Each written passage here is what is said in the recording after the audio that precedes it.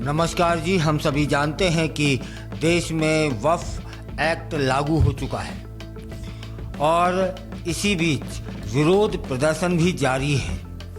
बंगाल में जो घटनाएं हो रही हैं वह छिपी नहीं हैं।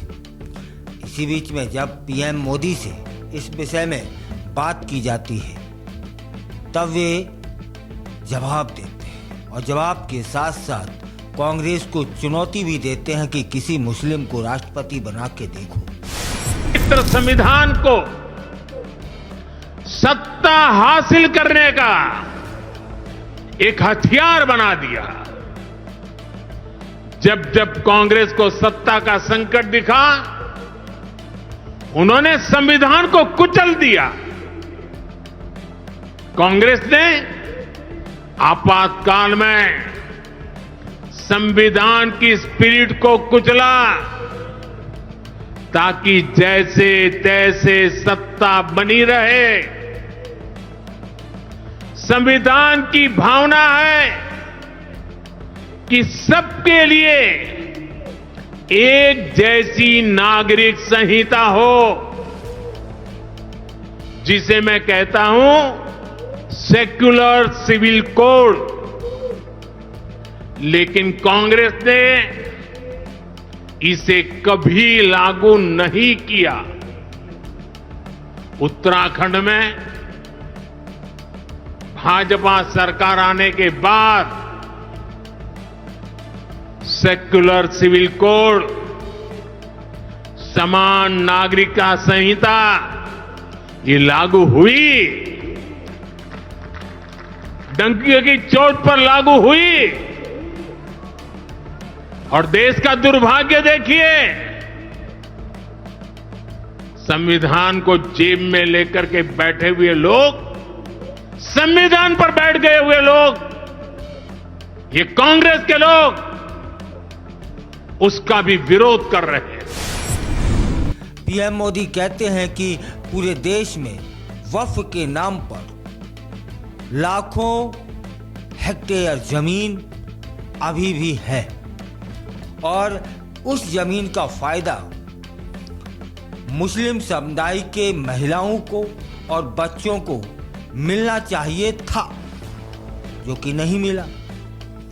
अगर आज इसका ईमानदारी से इस्तेमाल उपयोग किया गया होता तो मेरे मुस्लिम नौजवान भाइयों को पंचर साइकिल ठीक करके अपनी जिंदगी नहीं गुजारनी पड़ती। लेकिन हुआ यह है कि मुट्ठी भर जो भूमाफिया लोग थे उनको ही इस वक्फ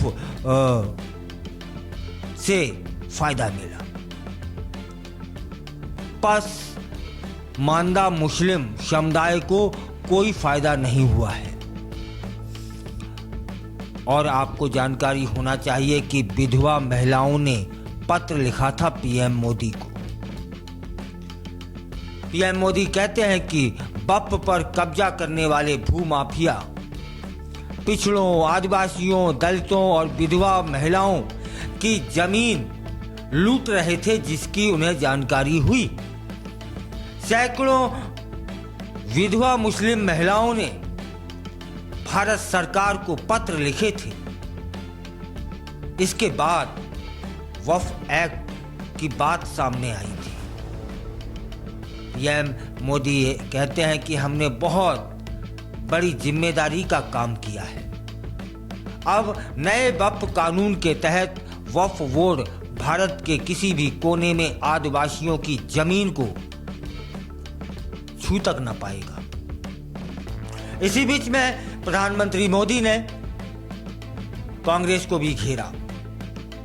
कहा कि मुसलमानों के कल्याण के लिए कांग्रेस आवाज उठाने का दावा करती है।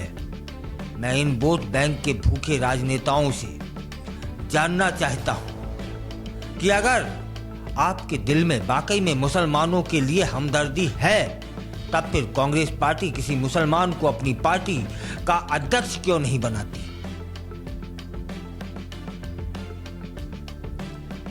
सवाल तो जायज है। संसद में 50% टिकट मुसलमानों को दीजिए, जो कि नहीं देती है।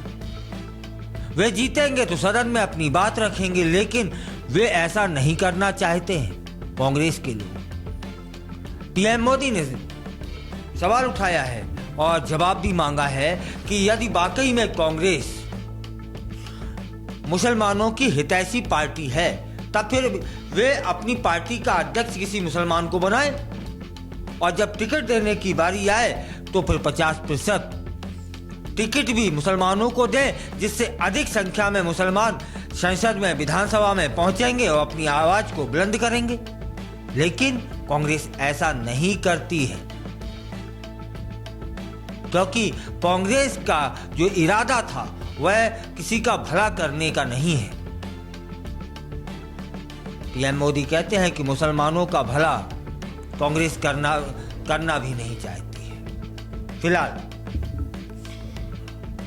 वक्फ संशोधन एक्ट का जवाब दिया कि यदि ईमानदारी से वक्फ काम करता तो मुसलमान के जो युवा भाई हैं, युवा लोग हैं, वो पंचर तो न जोड़ रहे होते, इसलिए बरगलाया जा रहा है।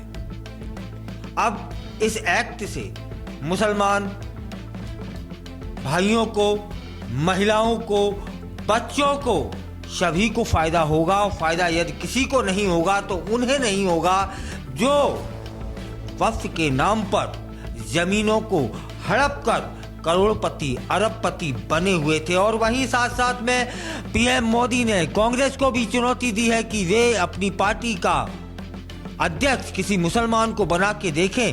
यदि वे दावा करती है कांग्रेस कि मुसलमान की हितैषी पार्टी है, तब